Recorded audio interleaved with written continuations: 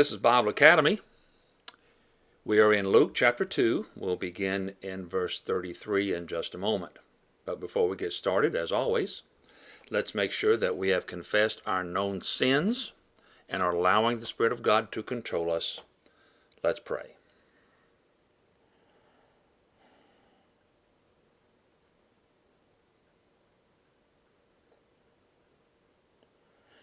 Well, Heavenly Father, we thank you again for this opportunity and the privilege, everything you provided, so we can study your word. We ask that our hearts and minds will be open to it today. In Jesus' name, amen. Before we go to our next verse, we should look at a couple of summaries of what we have seen in the last couple of sections regarding Simeon. Some of the things we saw with Mary. And like we saw with the Magnificat and the Benedictus, this hymn brings to the surface both of the truths of the past and of the present and of the future. New truths that are presented that link to both the past and future. Now, this is part of the way in which the New Testament is presented, especially in the Gospels, where the Old Testament is brought into the picture, as well as those Old Testament teachings that look to the eschatological period around and including the Messianic kingdom. This is where we begin the path to clarify, elaborate, and answer many of the questions about many teachings of the Old Testament. Jesus' teaching and ministry are at the center of that, and Luke presents it in a way that progressively reveals these truths as we follow along. You've probably noticed how long and how much time we have spent already on these first two chapters. Too often swept through from the pulpit. Now, if we are to continue to build in our minds a theological structure so we can think biblically, deeply, and conform our thinking to what Christ would have us think, how he would have us live, what he would want us to do, there are key things that are going to be taught in Luke that we should understand. If we're going to represent him on earth, we should know what he wants us to do as his representatives. There are many deep theological truths here. Some of those truths had been with the people of Israel for centuries. We begin looking at Simeon.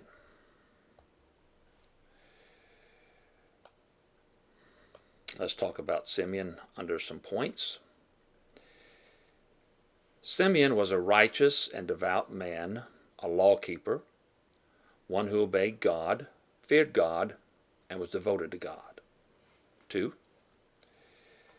Simeon was looking for the consolation of Israel. He lived in a state of expectancy of the great comfort that was to come to Israel, his nation, his people. 3. This consolation would come in the form of both the physical deliverance from their enemies and the spiritual deliverance from their sin. 4.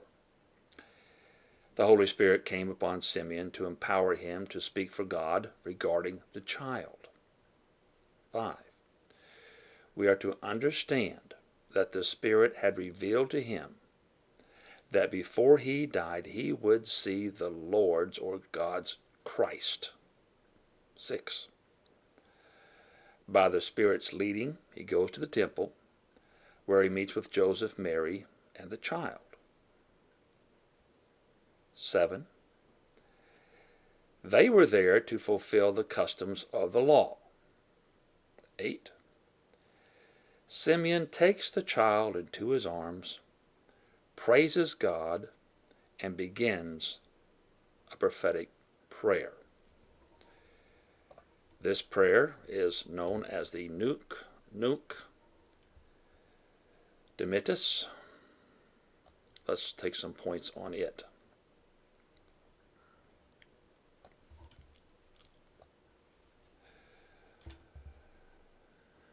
The prayer is called the Nunc Dimittis, that's from the Latin, meaning now release.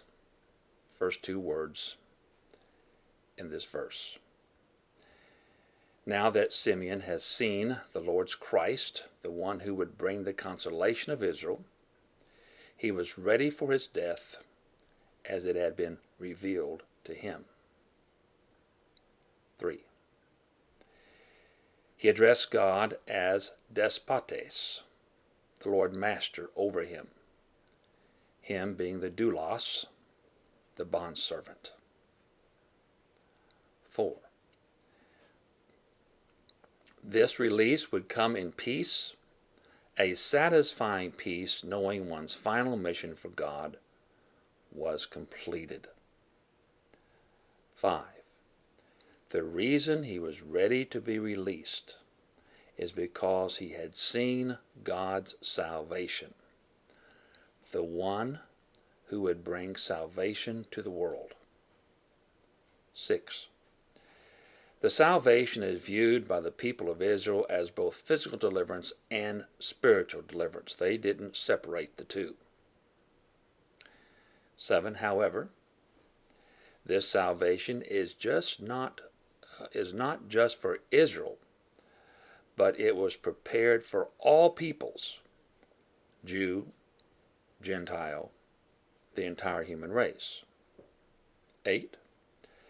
This salvation, epitomized in the person of Christ, is a light to shine upon the world of sin and death.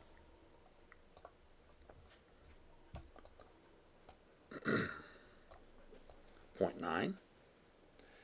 Specifically, a light to reveal to the Gentiles God's plan of salvation. 10. A light that brings glory to the people of Israel. 11. Christ will bring Israel to the place where they can share in the glory of their Messiah and his kingdom. And then 12. Israel's purpose as a people and nation will be fulfilled as the world looks to their Messiah on their Mount Zion and their city of Jerusalem, now shared by all believers.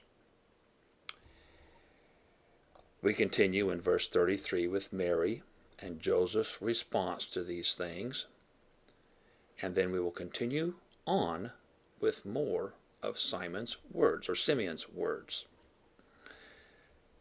2:33. And his father and mother were amazed at the things which were being said about him. Even with all that the parents already know about Jesus, they continued to be amazed with what Simeon said also. But there's a major addition, and one word: Gentiles. That the Lord's Christ was also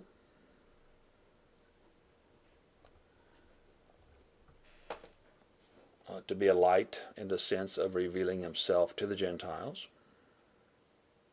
At this point in their history, that would be a hard thing for the Jews to understand.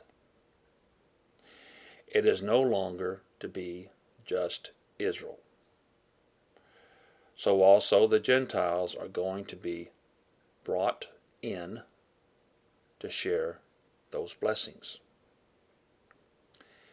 And add to that, this announcement was made by basically someone unknown, perhaps to a few, a man known as Simeon, not associated with a hierarchy of Israel's religious leaders or otherwise. What I'm trying to point out to you is that there's some changes coming for Israel. Not only in the fact that the Messiah is about to come onto the scene, but how salvation will also come to to the world. Verse 34.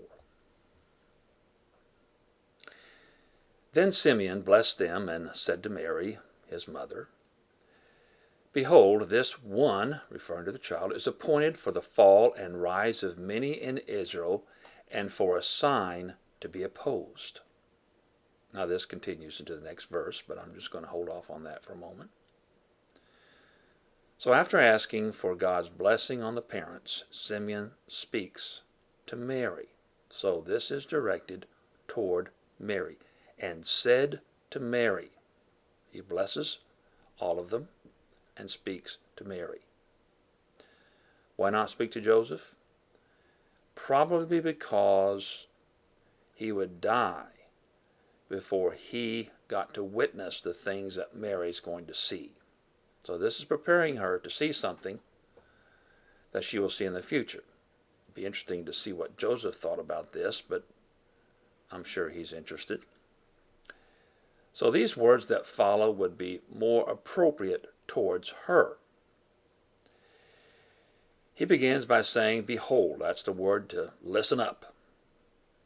This one, this child, is appointed. Now this word appointed, let's look at it for a moment. Kamai, it means to be destined or set. All right. This one child is appointed or destined for the fall. Let's look at that word. Ptosis. It means a state or condition of falling or fall. Like the falling of a house in Matthew 7:27. But here it has to do with what happens to those who reject Jesus as the Messiah and the message of salvation. We are reminded of Jesus being the stumbling block when we see the term fall. The stumbling block over which people in Israel stumble, taught to them from an ancient prophet of Israel, Isaiah. Let's look at a couple of his writings. Isaiah 8:14 first. He will be a holy place for both Israel and Judah. He will be a stone that causes people to stumble, and a rock that makes them fall. And for the people of Jerusalem, he will be a trap and a snare.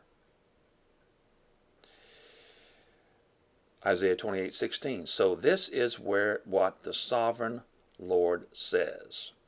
See, I lay a stone in Zion, a tested stone, a precious cornerstone for a sure foundation.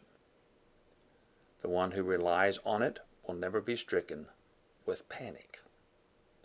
So you see here in these two verses, there's two reactions to the stone. Some trip, some may fall and panic. It becomes a snare, a trap for others. It's a precious cornerstone for a sure foundation. Now these Old Testament verses are quoted in part in the New Testament. We studied them extensively in Romans. Let's look at the one in Romans 9:33. Just as it is written, Behold, I lay in Zion a stone of stumbling and a rock of offense, and he who believes on him will not be put to shame. It shows up again in 1 Peter 2:6-8. We'll see it in Luke again in chapter 20, verse 17 and following. So that covers the fall part of what will happen. Let's talk about the other part. It speaks and rise of many. So there's the fall, like they stumble, and now the rise. The word for rise, anastasis, it means a raising up or a rising. This refers to a rise in one's relationship to God, including both vindication and the blessings that come from responding to God through Christ.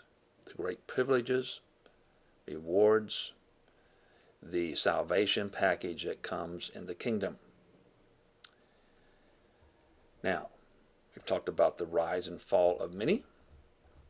Let's look at our verse again. The part that Simeon speaks when he says,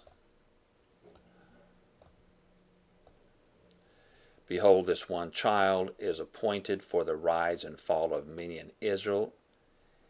And the last phrase, "and for a sign to be opposed."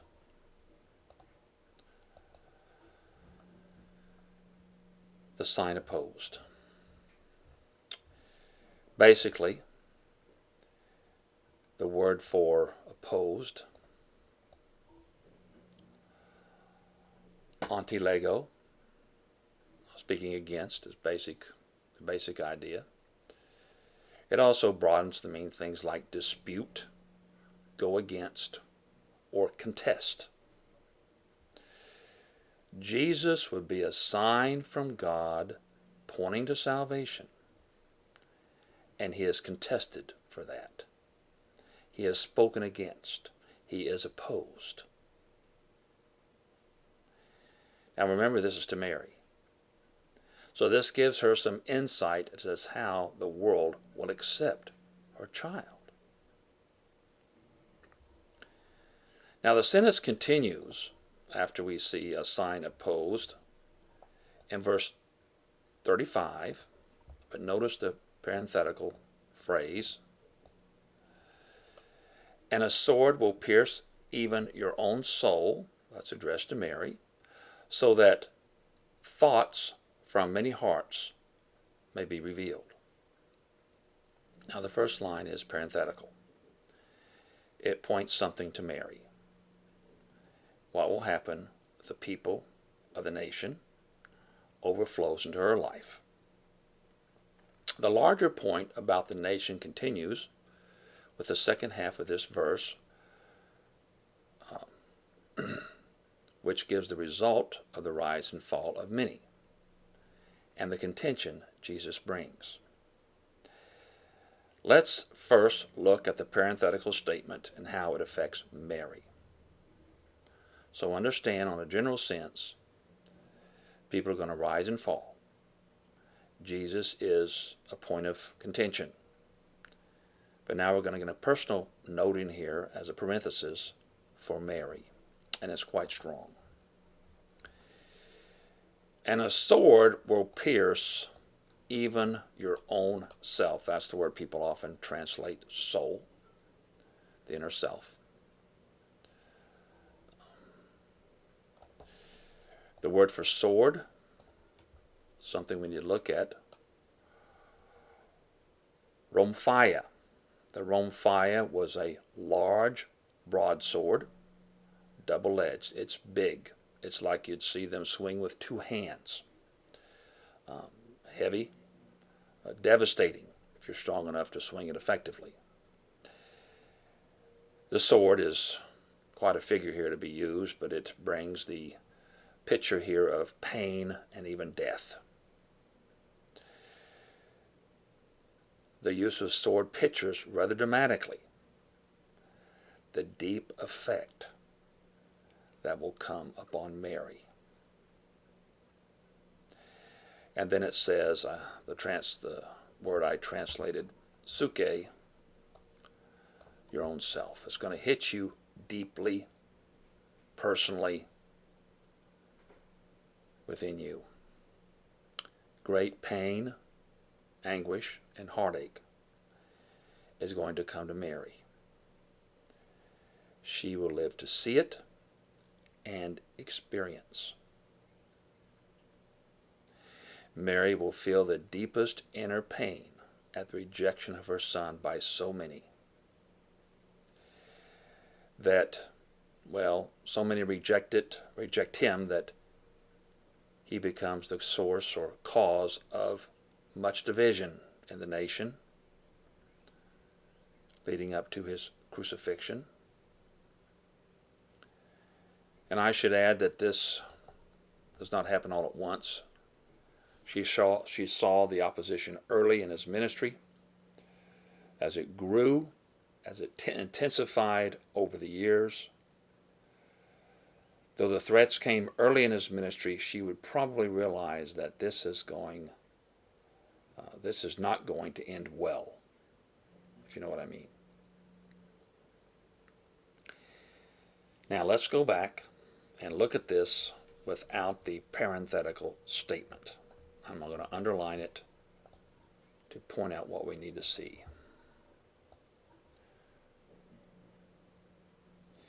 Behold, this one child is appointed for the fall and rise of many in Israel, and for a sign to be opposed, so that thoughts from many hearts may be revealed. The rise and falling of many in Israel should openly show us what the people were thinking of Christ. The expression rise and falling, as we see them fall by the wayside regarding God, His plan, His program, there's two responses. Some respond in a positive way, others in a negative way. But in doing so, it reveals what their thoughts are. Either rejection or acceptance of who He was. Their thoughts are revealed in how they respond to the child, the light, the Lord's Christ. There will also be much rejection and opposition to this child, so much so that it reflects upon Mary. That was the parenthetical statement. Of course, this culminates at the cross, where the rejection comes to a climax in the crucifixion.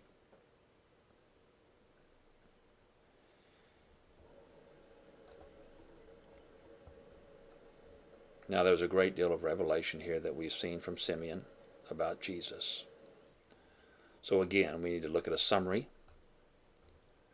of some of the main points. One of the reasons for me doing these summaries at this point is that we need to understand how important this teaching is in these first two chapters. As I said, this links back to the past and to the future. It's also how Jesus, with Luke's recording, gradually reveals these truths about Him and God's program, particularly shifting over to include the Gentiles. All right, let's look at some points. Let's do the first 10. 1. The child Jesus is destined to bring. Let me start that over. The child Jesus is destined to bring out among the people of Israel who is responsive to God and who is not. Those who do have a genuine positive response to God will rise. Those who do not will even fall further away from Him. 3. Christ becomes a central figure over which people stumble, as prophesied by the ancient prophet. 4. Christ's life, His person and works will be the point of division. 5. For many, Jesus, as both Lord and Christ, is not what they wanted or expected. 6. In other words, Jesus does not do what they want Him to do or do it the way they expected Him to do. 7.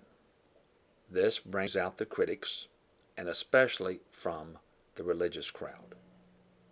8. On the other side is those who genuinely respond to Him, His person, His words, and works. 9. These are those who rise both in the eyes of God in the Messianic kingdom. 10. This child Jesus is also a sign. A sign, get all that on there. A sign that points to God and his plan of salvation.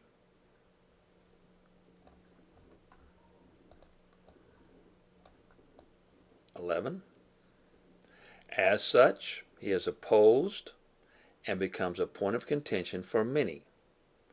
So much so that, 12, the real thinking of people comes out in the open to both God and man. 13. This is one of the great purposes of God with Jesus, to reveal what people actually think in their heart. 14. The effects of the opposition to Jesus overflows into Mary's life. 15. As his mother and a faithful believer, she will feel his rejection to the deepest part of her being. Well, that ends those summaries. Now we begin a new section. Another testimony. This time, the witness of Anna, 2:26 through 38.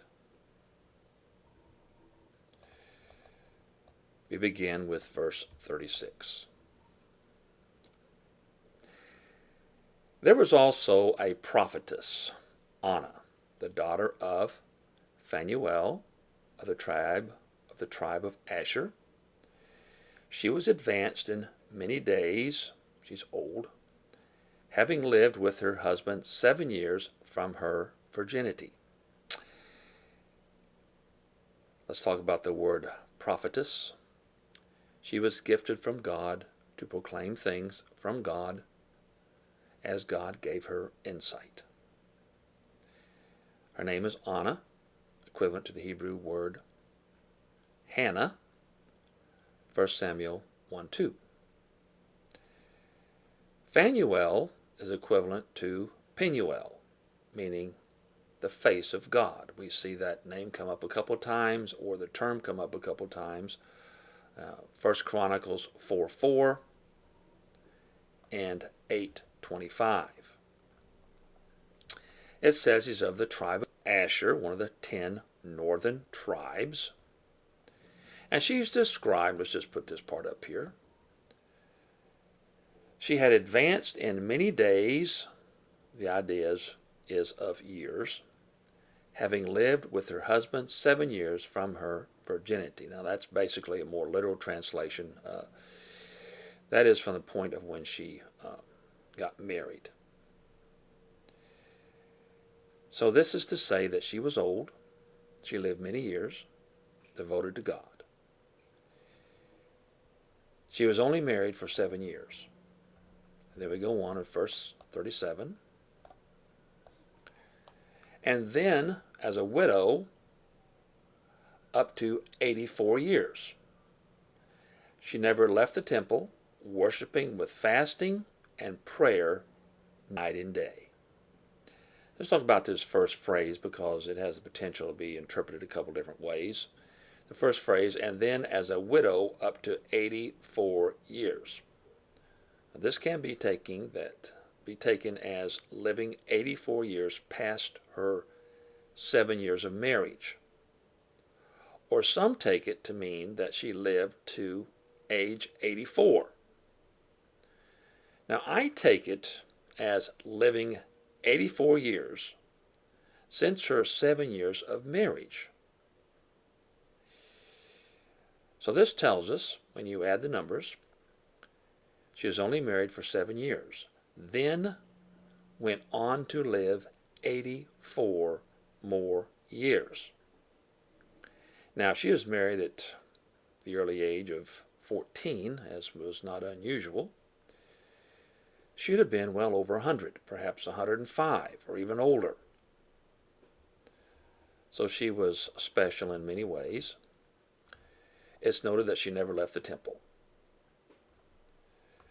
Now, we're not to take this as if she actually had a residence there. That didn't happen. The point is, as we might use in English today, she is there so often, she practically lives there. This is Luke's way of saying her devotion to God. She's also described as worshiping with fasting and prayer.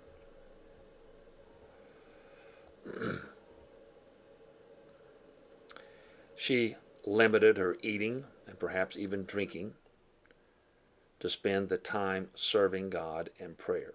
Perhaps she didn't go home for lunch, you might say, if you want to put it that way, but basically stayed there from early morning till evening. So much so it appears that she did not eat or drink. She was fasting. She was praying. Note that it's night and day. That's the Jewish way of telling time. Their days actually start at night in the evening, sunset. So a new day began to the Jew in the evening at sunset. So this is basically using the Jewish terms from day to day. All this is to point out the fact that she was very devoted for many years. Very devoted to God for many, many years. Her testimony in verse 38.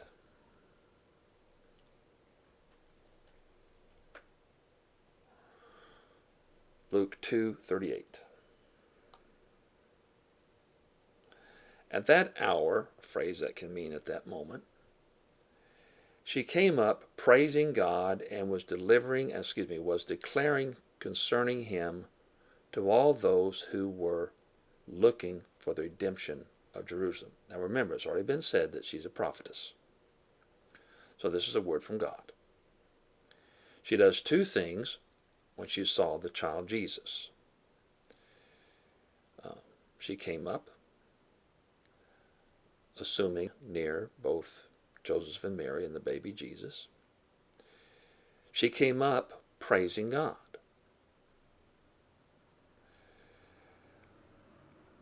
And was declaring imperfect, continuous, that means continuous past action, the imperfect, concerning him. Kept on declaring concerning him, about Jesus. And she's declaring it to all those who are looking for the redemption of Jerusalem.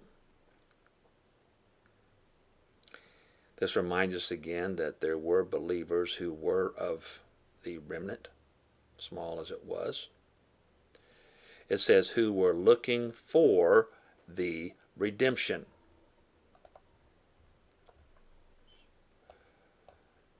The lutrosis, same word we saw back in 1:18 when Zacharias spoke. Remember, we talked about the idea originating from the redemption of Israel from Egypt. Here it refers to the redemption that the Christ child will bring, both physical and spiritual redemption, similar to the consolation we saw back in 2:25. So now we're talking about redemption again. And notice it's of Jerusalem. Now that may seem a little strange instead of the term Israel. But Jerusalem as the capital city and worship center, it was the central location of the people of Israel, and also as such represented Israel or the people of Israel. So it's really not all that unusual. Now Luke inserts this account to point out to his readers and us that we have here another pious, devoted member of the believing remnant, which testifies to the believing remnant in existence, active, responsive, faithful, obedient.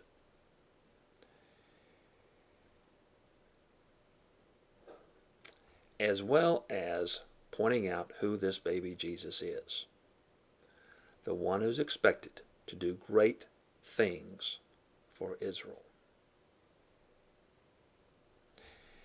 In verses 39 through 40, we have a summation of what happened from here in the child's growth.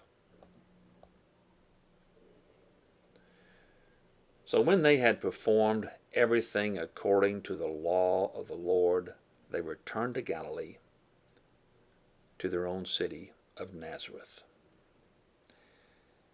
Luke makes the point that Joseph and Mary completed all the requirements of the Mosaic law before returning home. It's interesting that Luke says nothing about the visit of the Magi or the family fleeing into Egypt to avoid Herod's men. We do see it recorded in Matthew 2, 1 through 18. Only after the death of Herod does Matthew have the family returning to Nazareth, 2:19 through 20. Indications are that the family stayed in Bethlehem and Egypt up to 2 years before returning to Nazareth. We draw this from a couple of things, from them living in a house by the time the Magi arrived. We have that in Matthew 2:11. And Herod having all the children up to 2 years old slaughtered in Bethlehem, Matthew 2:16. So Luke does not write about the Magi, their visit, the star, fleeing on to Egypt, avoiding Herod and his son. Now, how did this actually play out? We don't know for sure. I kept it kind of general, but one likely scenario is that after they finished the requirements of the law that we just saw in verse 39, that they returned to Nazareth to get their household goods and then returned to Bethlehem, where they moved into a house until they had to flee to Egypt. And then from Egypt, they ended up going back to Nazareth. That's probably the most reasonable explanation, though we don't have enough detail to fill that in. But it's interesting how Luke does not include so much about the Magi and their fleeing to Egypt. Not the Magi, but rather the family here fleeing to Egypt and then going back to Nazareth. Well, we pick up the story again with Luke, where he has them going to Nazareth. We just saw that in verse 39. So that is where we match up with Matthew, the end of that Matthew part. Luke 2:40. And the child grew and was becoming strong, becoming full of wisdom, and the grace of God was upon him. The first phrase, and the child grew and was becoming strong. Jesus continued to grow, strong, healthy. He grew to be a strong, healthy boy, a young man. Goes on to say, becoming full, the present middle participle of plerao, means to make full, to fill, of wisdom. Of wisdom. Something we've studied a great deal about in the Proverbs. The word is Sophia in the Greek. Let me show that for you. Can be from man or God.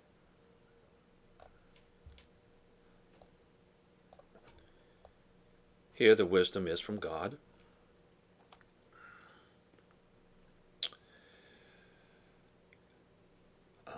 It's for believers who want the truths of God's Word, who want to develop discernment. It's practical wisdom knowing how to apply the word. That's the wisdom that Jesus was gaining as someone less than 12 years old.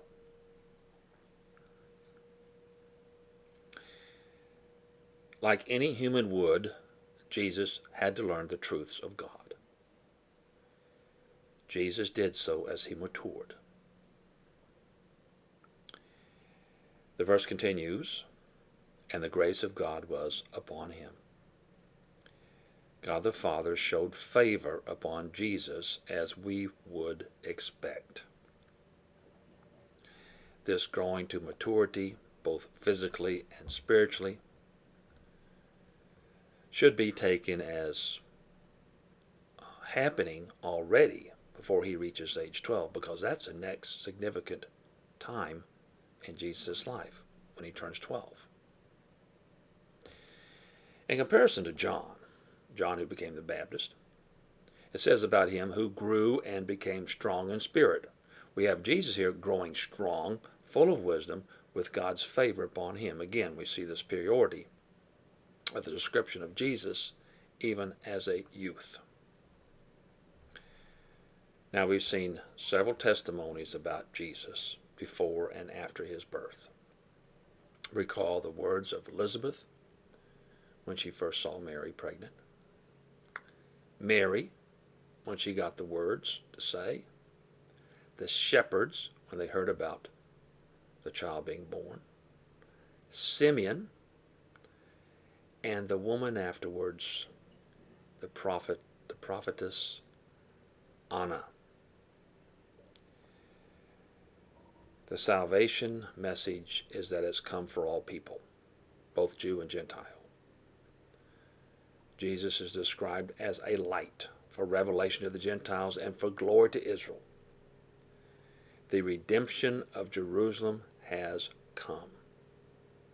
These are big terms, loaded with meaning, very important for the people of Israel, and as we will see, it will become important for the Gentile.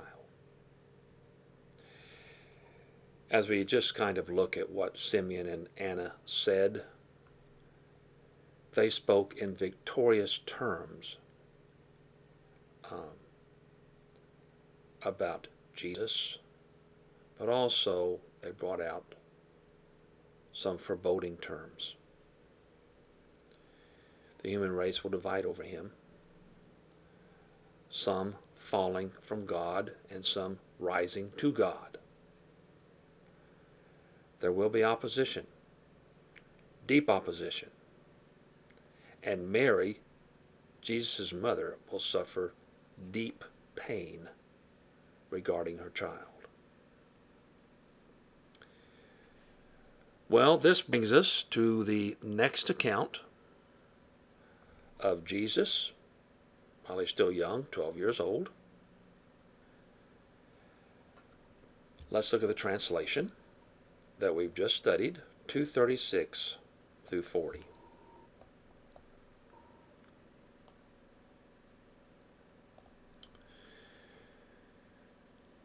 There was also a prophetess, Anna, the daughter of Phanuel of the tribe of Asher. She was advanced in many days, having lived with her husband 7 years from her virginity, and then as a widow up to 84 years. She never left the temple, worshiping, fasting, and prayer night and day. At that hour, meaning moment, she came up praising God and was declaring concerning him to all those who were looking for the redemption of Jerusalem. So when they had performed everything according to the law of the Lord, they returned to Galilee, to their own city of Nazareth. And the child grew and was becoming strong, becoming full of wisdom, and the grace of God was upon him. Let's pray. Well, Father, again, we thank you for the marvelous words that we've learned about the Lord Jesus. Challenge us with the many things that we've heard, that we might understand the great truths here that were given to the people of Israel, and the changes that were going to happen for the people of the world. We thank you for these things in Jesus' name. Amen.